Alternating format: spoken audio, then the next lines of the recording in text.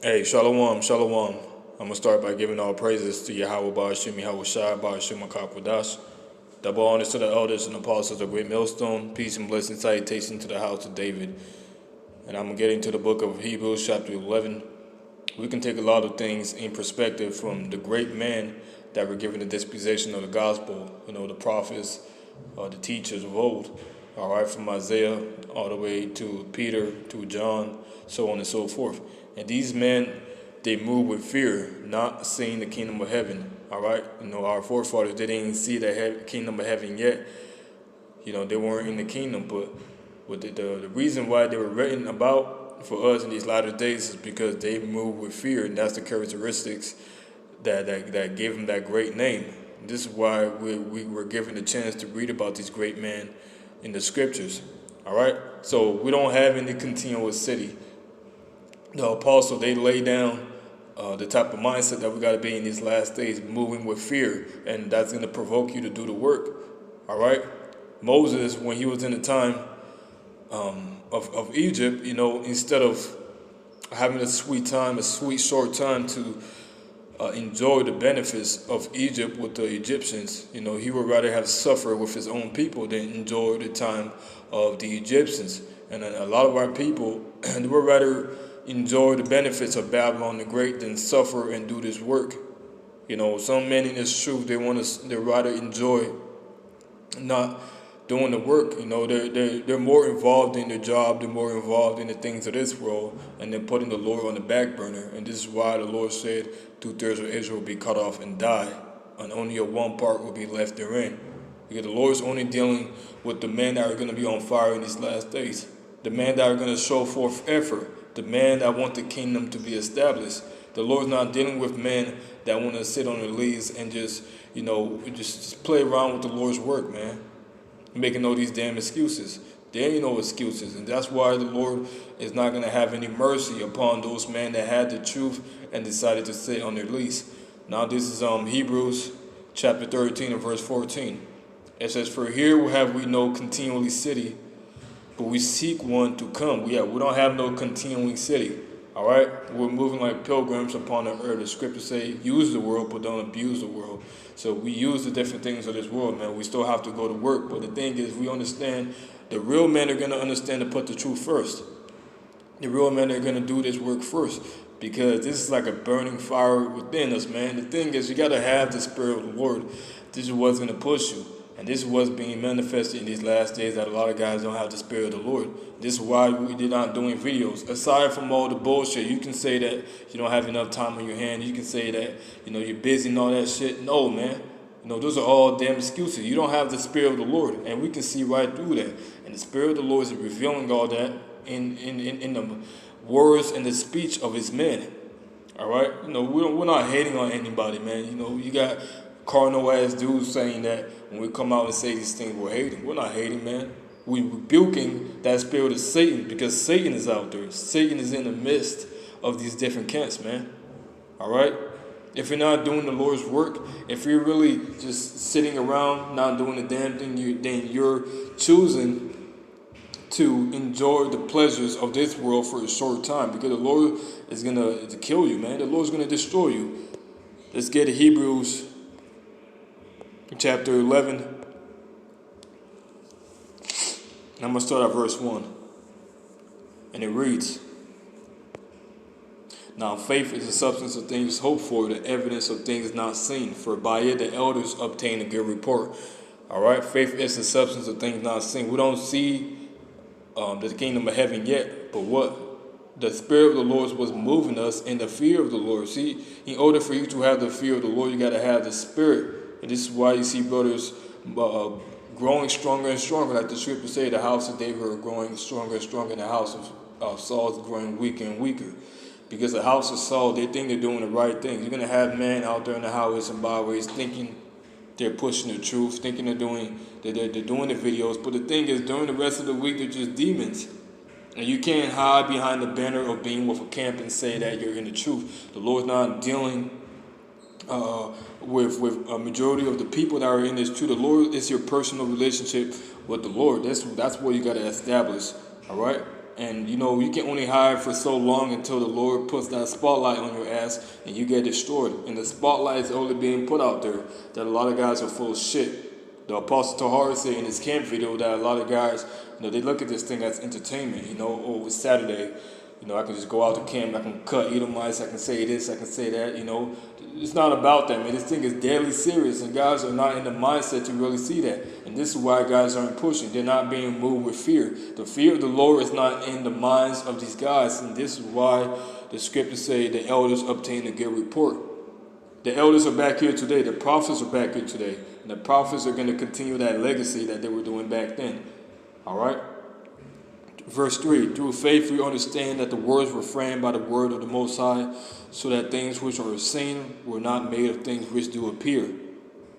By faith Abel offered unto the Most High a more excellent sacrifice than Cain, by which he obtained witness that he was righteous. The Most High testifying of his gifts, and by it he believed, he being dead yet speaketh. By faith Enoch was translated that he should not see death, and was not found, because the Most High has translated him. For before his testimony, before his translation, he had his testimony that he pleased the Most High. For without faith it is impossible to please him. For he that cometh to the Most High must believe that he is, and that he is a rewarder of them that diligently seek him. All right, and there's only going to be a few men that have faith. You come to find out that not many men have faith, but many men are in this truth to gain the likes of men. Many men, because they see other guys in their camp, they done lost the spirit already, but they don't want to be called out of their bullshit. So they see other guys in their camp, and they're like, "Fuck, man, I gotta stay in this thing. I gotta keep pushing, even though the spirit's not there." This is what is going on. A lot of guys are losing the spirit, man. The fear of the Lord has been taken off of guys. This is why guys are not pushing to the utmost ability. This is the fourth quarter, man. If you're not pushing this truth, then what are you doing? Are you in the world or are you in this truth? You can't be in the truth and in the world at the same time. You can't serve two powers. The spirit of this world has gotten the minds of men in this truth. They're walking dead. That are putting on the act, putting on the garments, going out there in the highways and byways, man. Jumping down, it says, verse 14, for they that seek such things declare plainly that they seek a country. And truly, if they had been mindful of that country from whence they came out, they might have had opportunity to have returned. But now they desire a better country that is in heavenly. Wherefore the Most High is not ashamed to be called their power, for he has prepared for them a city. The Lord is not ashamed to call his true man his power. The Lord is ashamed of you guys that are not doing his will. The parable of the different talents that were given to the men in the parable of Matthew, the Lord called that servant a wicked and slothful servant. Because what? He was afraid. A lot of you guys were afraid. You guys act like you're brave and just confident, but really you're just shooting blanks. You're really afraid. You haven't counted the cost of this thing, man. And then you get caught up in the world and you let the different things of this world pull you out the truth. And really you were never the Lord's to begin with. You see? This is why the Lord has this true man out here for the new believers that are in this truth, to let them know that this is going to be for the long run. The kingdom of heaven is not going to come overnight. Okay? You're going to have to suffer in this thing. You're going to have to lose friends, families. You're going to have to lose houses, jobs for this thing, man. The Lord's going to test your faith. And the true believers, the ones that are sincere, they need true teachers to be out here to guide them, to let them know, because you're going to have false teachers out here as well, pushing nonsense, pushing that BS, man. Okay, that watered down doctrine. You see? It says, by faith, Abraham, when he was tried, offered up Isaac, and he that had received the promise offered up his only begotten son. So us by faith, we're offering up these righteous sacrifices. Why? Because we're moving with fear. All right? That fear of the Lord has to be there, knowing that the Lord can destroy you. And this is why guys don't understand this. They think that they have already made it. None of us have made it yet. This is why we have to keep doing the work. But guys get settled. They come to a certain point where they get the accolades and the praises of men. Then they think they don't have to push the word no more. It's not like that, man. It's not like that. Okay? None of us have made it yet. This is why the Lord, when he comes back, many are going to say, Lord, Lord, have we not prophesied in your name? The point is, having faith is what is going to guide us in this thing. Having faith is what is going to continue to allow us to do the works. And it's all according to the fear that we have of the Most High. See, everything that we have, the true man, we have a gift of the Lord. The Lord chose certain men that he found worthy to preach his word. And every man is now found worthy to push his truth. And men are going to hate you because of that. Men are going to hate you because they see the gift that you have. They're going to hate you because of that. They're going to speak down upon you. You know, you can do, we say let our works show for us. You know, the guys, they talk shit and all this. You don't have to believe us. Let our works show. But guys see your works, but because there's Satan, they're really in the spirit of the damn devil. They're still gonna hate you. Why? Because they really don't believe in this thing, man. It's not about doing the work of the Lord. All right? There's some ulterior motives, man. It's all about making money, making friends, trying to make a name for yourself, clout chasing. This is a spirit that's out there, even in this truth as well. And this is why the Spirit of the Lord is sifting the house of Israel. He's putting this true man on his right hand and putting the deceitful on his left hand. And we can see it through the Spirit, man. We can see this. The Spirit is revealing all things. You can't hide yourself. Men are hiding themselves in Babylon because they really want to stay here. When you look back why the Lord kept his people in the wilderness 40 years, well, because they started trying the Spirit of the Most High. All right? They were like, we miss the fishes and the bread and the goodly things that we used to eat in Babylon the Great. And this is why the Lord killed off that generation. You're going to have that generation back here on the earth today, some of them in this truth. And the Lord took the Spirit off of you. You know what I'm saying? But you just walking around here just waiting to eat a missile. Now this is Revelations chapter 3, and I'm going to jump down real quick. Let's jump down and get to verse 17. It says, because thou sayest, I am rich and increased with goods, I have need of nothing, and knowest not that thou art wretched, miserable and poor and blind and naked. I counsel thee to buy me of gold tried in the fire, and thou mayest be rich, and white raiment that thou mayest be clothed, and that the shame of thy nakedness do not appear, and anoint thine eyes with eye salve, that thou mayest see. The nakedness, you can't hide anything from the Lord. If you really don't believe in this thing, it's being manifested that you don't believe, man. You don't see, you can put on that act all you want, but the Spirit of the Lord is going to reveal that. It's going to reveal it, man. There's nothing that is done in darkness can be hid. Everything is going to be manifested by the light, because light is coming to the world. All right? It says, I counsel thee to buy me a gold tried in the fire. So you can't buy the Spirit, man. You know, guys think that they can just come on your channel and just watch the videos and try to get the oil. If you don't got it, you don't got it. The thing is, the Lord is repouring his Spirit off of guys, but they see that you got the oil, so they're going to try to come to your channel to try to get that oil. You can't get it, man. If the Spirit is taken off you, then that's it. No, it's not about forgiving men. If men are in the spirit of Satan, then they're in the spirit of Satan. There's nothing you can do with that, man. You just got to get the fuck away from that. So you true brothers that are out there, that are in the midst of demons, if you see that things are not right, if guys are rubbing you off in the wrong way, you know, they're not in the right spirit, they're not even pushing, giving an effort, get the fuck away from that, man. What does righteousness have to do with wickedness? Or you can just stay with there and be destroyed. But that's where guys don't have the inner strength to get away from dudes that they know they're not right. The guys don't have that strength. You got to understand that the Lord does not deal with camps. Even though GMS, the apostles and the elders, they got the full truth. Okay? But there are deceitful men in every camp. Just because you have, you know, a certain camp name on you, that does not mean you're going to be saved. The Lord deals with individuals. Your personal relationship with the Lord. All right? And that's what the Lord deals with. Now, you may have a camp that has sincere brothers. If the whole camp of that camp is sincere, then, hey, they're sincere. You see?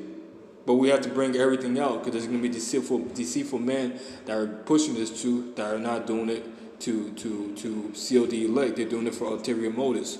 Now, this is Zephaniah chapter 1, and I'm going to start at verse 9. Matter of fact, let me jump down real quick. I'm going to start at verse 11. And it shall come to pass at that time that I will search Jerusalem with candles, and will punish the man that is settled on their leaves, that say in their heart, the Lord will not do good, neither will he do evil. There are men sitting on their leaves that are saying the Lord's not going to do good, nor is he going to do evil. All right? They're not moving with fear. Just like I just read back in the other scriptures. This is how we know who the true men are. The true men, because the apostles and the elders and the teachers from old, they're back here today. Got the Apostle Paul. Because they're going to be in that same mind frame, coming back on the earth, doing their Father's will, finishing this thing until the end, being hot for the truth, man. You know? And this is what separates the true believers from the ones that are really not ordained by the Father from the foundation of the earth, man. Because these men are going to show that they want the kingdom. They're going to understand that this place is not the end-all, be-all. With certain men can't get past that point. They're still looking at Babylon like it's going to continue forever and ever. You see what I'm saying? So this is 2 Corinthians chapter 11, and verse, let me start at verse, let me see here. Verse 25. Now this is all the hell that the Apostle Paul went through, you see, to gain the understanding and gain the wisdom and experience that he had. All right, it says, verse 25, thrice was I beaten with rods, once was I stoned, thrice I suffered shipwreck, a night and a day have I been in the deep.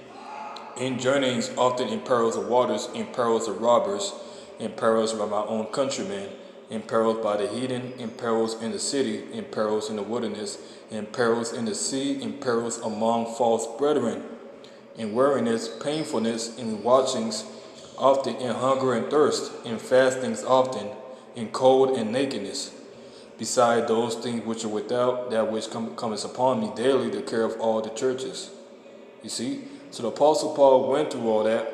Why? Because he was made apostle to the Gentiles, the Israelite foreigners. He understood the severeness of what he was called into. You know, he didn't allow the things of the world to stop him from completing his mission. Okay? And there's only going to be certain men in this time, in this age, that are going to be in that same mindset. Not everybody's going to be in that mindset. That's why you can't call everybody that says, yeah, how about you outside Brakatha your brother, man? But those that do the will of my Father, they're my brother and my sister and my mother and my father. All right? So, you know, I pray that was edifying.